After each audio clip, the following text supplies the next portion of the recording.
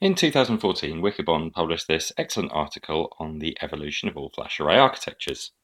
I'm going to attempt to explain to you the key concepts in this article through the tried and trusted medium of Lego.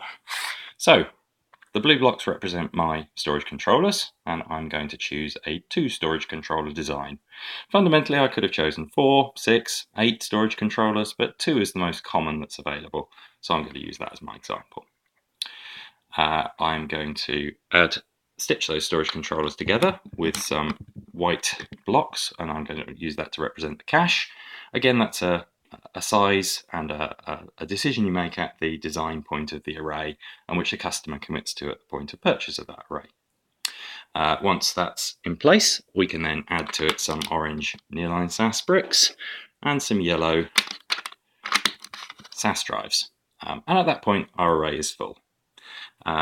So that's your traditional storage array. We then come to what Wikibon refers to as generation 1 of the all-flash array design, which is not all-flash at all.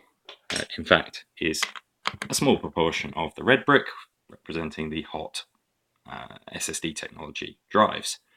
And over time, the generation 1 became generation 2, with more and more of those drives being replaced with hot SSD. And that's what Wikibon refers to as generation 2, still full at a certain point, which was predetermined by the design choices that were made, but fundamentally giving good performance and delivering what the customer of this array needs. Generation 3 moves into more and more of that, in fact all of it, becoming the first true all-flash array. But with generation 3, as we can see, we've still got the same fundamental array design, where we have a number of storage controllers, some cache, and then an amount of space for drives, which fills up, and at some point will become full.